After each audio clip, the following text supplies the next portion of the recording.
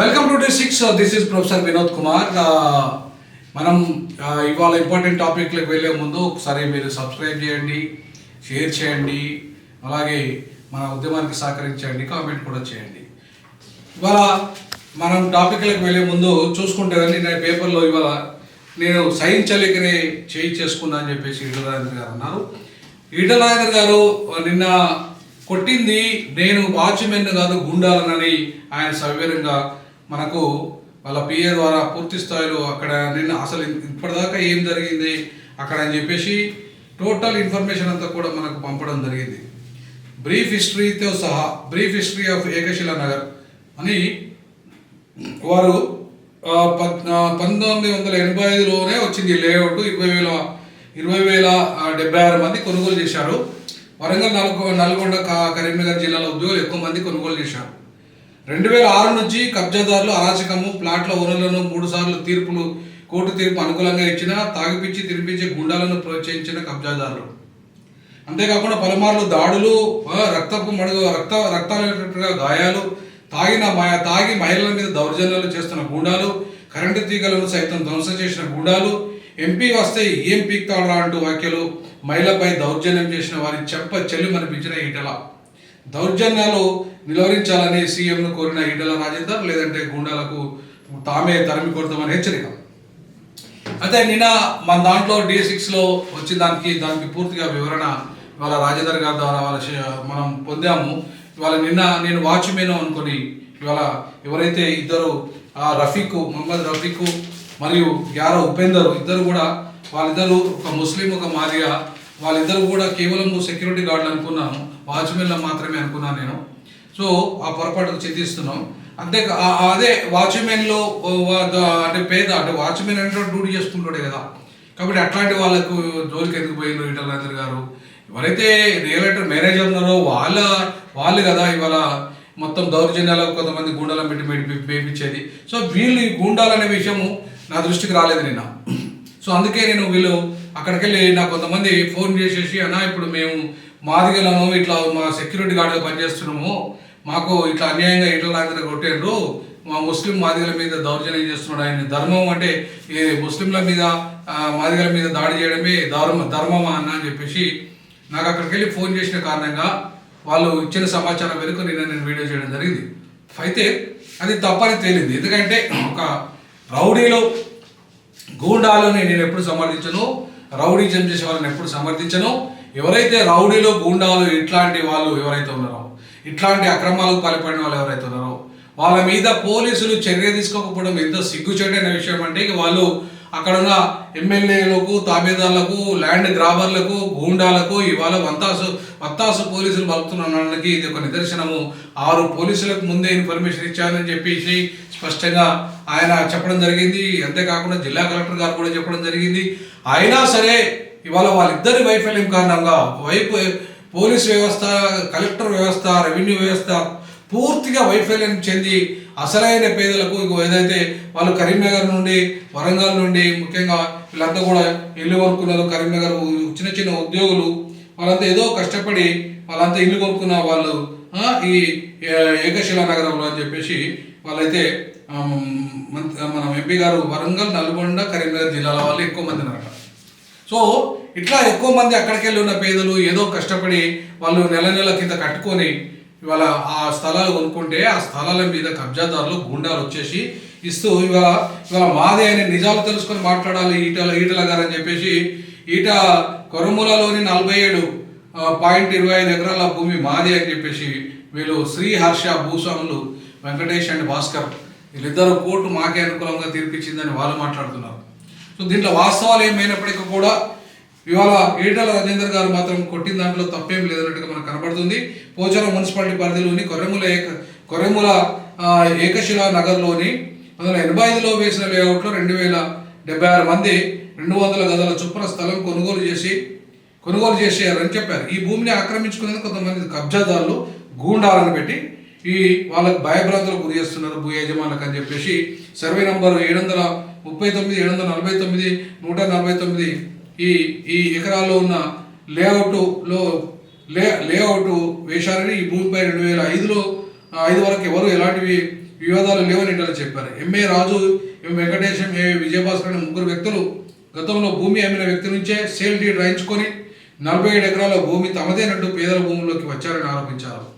భూ అక్రమాలను నిలువరించేందుకే, పేదల ఆస్తులను కాపాడేందుకే నేను ఈ పని చేశానని చెప్పేసి స్పష్టంగా ఆయన ఈ మీడియా ఆంధ్రజ్యోతిలో వచ్చిన కథనం ద్వారా మనకు కనపడుతుంది. అంతేకాకుండా నాకు ఆయన పిఏ ద్వారా పంపిన ఇన్ఫర్మేషన్ కూడా దాంట్లో క్లారిటీగా ఆయన చెప్పారు. నేను కూడా ఆయనతో మాట్లాడడం జరిగింది అసలు వాస్తవం ఏందనే విషయాన్ని. సో కాబట్టి ఈటల రాజేందర్ గారి తప్పు ఇందులో ఏమాత్రం కనిపించడం లేదు.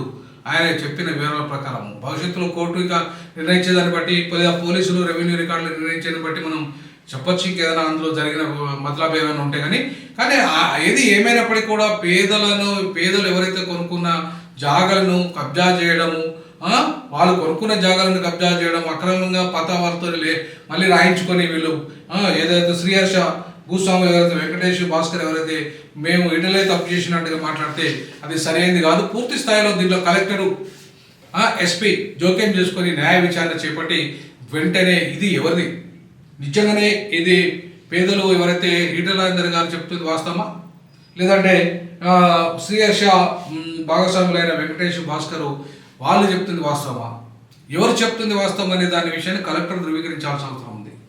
ఒకవేళ కలెక్టర్ ధృవీకరించకపోతే కోర్టు ఎవరికి అనుకూలంగా ఉందనే విషయాలను కలెక్టర్ చెప్పాల్సిన అవసరం ఉంది. ఎస్పీలు ఒకవేళ సివిల్ మ్యాటర్స్ మీద జోక్యం చేసుకోమన్నప్పటికీ కూడా, పోలీసులు జోక్యం చేసుకోమన్నప్పటికీ కూడా, లా అండ్ ఆర్డర్ సమస్య వచ్చినప్పుడు ఎందుకు జోక్యం చేసుకోరు? గూండాలు వచ్చి వాళ్ళని కొట్టినప్పుడు ఎందుకు జోక్యం చేసుకోరు? గూండాలు దౌర్జన్యాలు చేసినప్పుడు వాళ్ళను ఎందుకు జోక్యం చేసుకోరు? అక్కడ కరెంటు తీసేసి అన్యాయం చేస్తున్న వాళ్ళ విషయంలో ఎందుకు జోక్యం చేసుకోరు? మీరేమైనా సివిల్ మ్యాటర్లో పోయి దూరి మీరే ఏమైనా కబ్జా దాని నుండి కాపాడడం మనకి కాదు కదా ఉద్దేశం. అది లా అండ్ ఆర్డర్ ఇష్యూలకు బాధ్యత వహించాల్సింది పోలీసులే కదా. సివిల్ మ్యాటర్ ఏదంటే కలెక్టర్ కదా బాధ్యులు. మరి కలెక్టర్ గారు ఎందుకు ఈటల గారు చెప్పినా కూడా అక్కడికి రాలేదు స్పాట్ మీదకి? ఎందుకు ఆ విషయాలు కలెక్టర్ గారికి ఇప్పుడు ఇంకా ధృవీకరించలేదు? ఎందుకు ప్రెస్ మీట్ పెట్టి చెప్పడం లేదు కలెక్టర్ గారు? అక్కడ ఏం జరిగిందో, లా అండ్ ఆర్డర్ సమస్య ఏం జరిగిందో ఎందుకు పోలీసులు దాన్ని ధృవీకరించడం లేదు? ఎందుకు చెప్పడం లేదు? అధికార పార్టీ కాదనా? బీజేపీ నాయకుడనా? ప్రతిపక్ష పార్టీకి చెందినవాడనా? అట్లా కాదు కదా.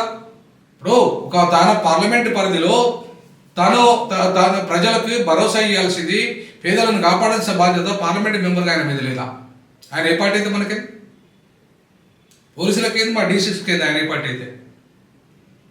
లేదంటే కలెక్టర్కి ఏంది ఆయన ఏ పార్టీ అయితే? సో కాబట్టి ఈటల రాజేందర్ గారు ఏవైతే సవివరంగా తెలిపిన వివరాల ప్రకారం అయితే మీడియాలో ఆయన ప్రెస్ మీట్ పెట్టి చేసిన దాని ప్రకారం అయితే ఆయన చేసింది ఏమాత్రం తప్పు కాదు, ఆయన చేసింది రైట్ అని చెప్పేసి డీసీస్ భావిస్తున్నది. ఇంకా దాని పూర్తి స్థాయిలో రేపు కలెక్టర్ ఎస్పీ కనుక వివరణ ఇవ్వగలిగితే ఇంకా అద్భుతంగా ఉంటుంది. వాస్తవాలు ఏందో మనం కనబడుతుంది. ఎందుకంటే ఇప్పటికీ చేయి చేసుకున్న విధానము ఆయన, నేను వాచ్మెన్ల మీద చేయి చేసుకోలేదు, నేను గూండాల మీదనే చేయి చేసుకున్నాను, ఈ గూండాల దౌర్జన్యాలు మితిమీరిపోయినాయి, నేను వస్తున్నా కూడా తెలిసినా కూడా వాళ్ళు తాకుండా అక్కడ కూర్చొని ఉండి వాడు ఎంపిక్తాడు ఎంపీ అని చెప్పేసి అన్నారు. ఇది ఎంతవరకు సమంజసం అని చెప్పేసి ఆయన ప్రశ్నించడం జరిగింది. కరెక్ట్, అది వాస్తవం. గూండాలు రౌడీలకు రాజ్యం అప్పచెప్పేస్తే మీరు ఎందుకున్నారు ముఖ్యమంత్రి గారు రేవంత్ రెడ్డి గారు? ఏం చేస్తున్నట్టు ముఖ్యమంత్రి గారు? మరి చేస్తున్న దావచ్చు ఒక ఎంపీ వచ్చి వాళ్ళ మీద, గతంలో మీరు కూడా అక్కడ ఎంపీ, మరి అట్లాంటి పరిస్థితులలో మీరు అక్కడ ఎంపీగా ఉన్న మీ ప్రాంతంలోనే మీరు ఇప్పుడు ముఖ్యమంత్రి, మొత్తం యావత్ 33 జిల్లాలకు మీరు బాధ్యత వహించాల్సిన ముఖ్యమంత్రి, మీరు ఎందుకు ఆ విషయంలో జోక్యం చేసుకోవట్లేదు? ఎందుకు మీరు సిఎస్ను ఆదేశించి ఆ కలెక్టర్ మీద చర్య తీసుకోవడం లేదు? ఎందుకు మీరు సిఎస్ను మీరు డీజీపీని ఆదేశించి ఆ ఎస్పీ మీద చర్య తీసుకోవడం లేదు? ఎందుకు వాళ్ళు మీ దౌర్జన్యాలు ఈ దుర్మార్గాలు దాటి దాని వెనుక మీరున్నారా? మీరు ఉండే మాట్లాడిస్తారా వాళ్ళని? లేదంటే మీ ఎమ్మెల్యేలు ఉన్నారా ఎవరన్నా? లేదంటే మీ మంత్రులు ఉన్నారా? మరి ఇవన్నీ కూడా తేల్చాల్సిన అవసరం ఉంది, ఇవన్నీ కూడా చర్చ రావాల్సిన అవసరం ఉంది.